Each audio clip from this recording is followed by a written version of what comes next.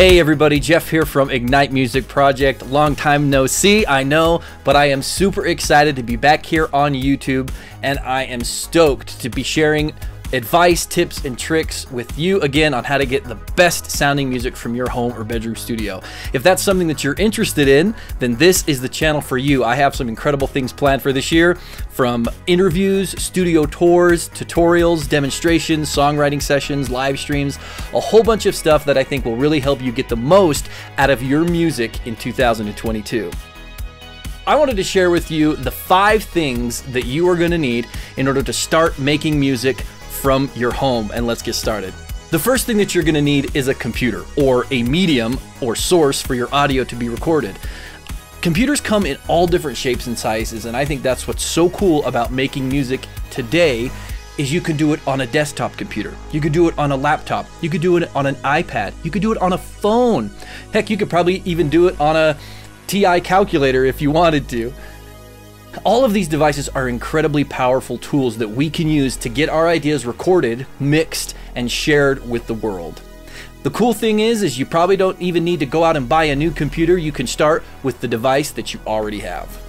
Number 2, you are going to need an audio interface, or a way to get the audio that you're recording into your computer. Now, these come in all different varieties as well, depending on your needs. But I would suggest to you that you start with at least a 2-channel interface, meaning you can record 2 audio sources at a time. There are tons of companies that make really good products. I'll just share a few with you that I've had experience with that I would trust and recommend.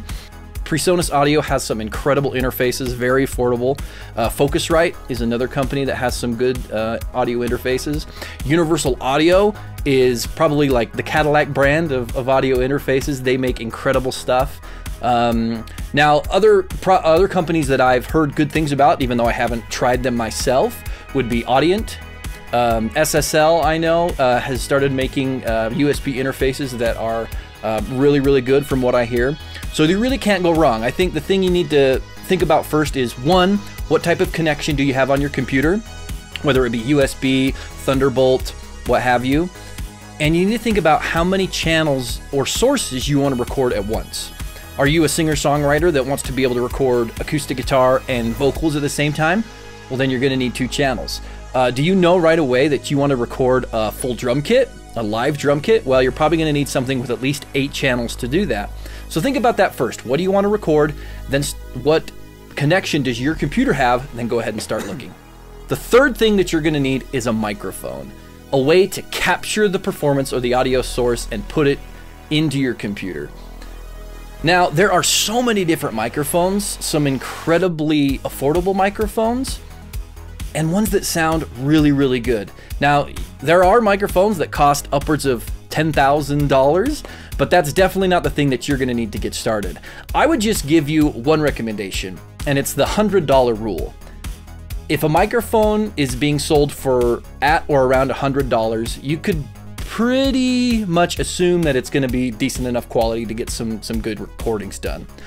There are some amazing companies making microphones in this price range: Audio-Technica, AKG, SC Electronics, Blue. They're all making really good microphones in this price range, and I think it's a really, really great place to start. Now, what type of microphone is best for your recording situation? Well, I think that's a topic for another video, but I would start with a condenser microphone.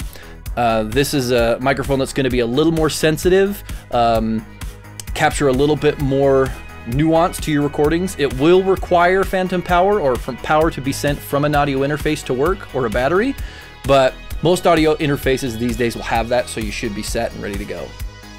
Number 4, you are going to need a way to monitor or listen back to what you are recording. Now, you can have studio monitors like I have here that will play back the music for you, but more importantly, I think what you're going to need is a pair of headphones. Now, why do I say headphones? Well, that's because they can serve 2 purposes. 1, you can use them to hear back or to mix or arrange the songs that you've recorded, but you can also use them while tracking or recording your parts. Now these headphones don't have to be the top of the line cream of the crop headphones to get good recordings, but you'll want to make sure that you'll have headphones that could create some sense of isolation, meaning that the sound that is being played through the headphones is not going to be loud enough that it's going to be captured by your microphone. You can use in-ears that have the earbuds that go inside the ear canal and kind of seal off the audio, or you can get something like these AKG headphones that are complete over-the-ear headphones that have closed backs, so they kind of minimize the bleed from the playback into the microphone. The last thing that you're going to need to get started making music from your home or bedroom studio is a piece of software, or a DAW, a digital audio workstation. A place that can capture the audio and lets you arrange, mix, and export that audio to be shared online or wherever you're wanting to share your music. There are so many great options, from Logic, Pro Tools, Cubase, Studio One, all sorts of pieces of software.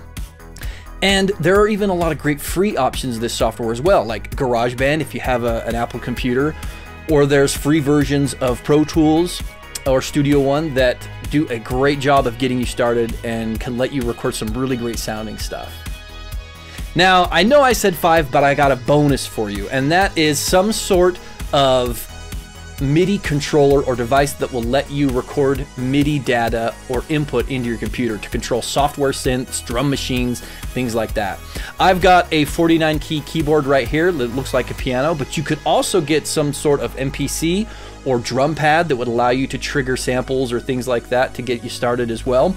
But it can really help in terms of laying down particular parts as part of your music. You can also enter this stuff or use samples manually, but it's a lot easier if you have a way to record MIDI information into your computer. So a MIDI controller. That's it for today. It's pretty simple, but I wanted to get you on the right path in 2022. Stick around. I've got more videos in the works that will help you start the process of writing and recording your first song.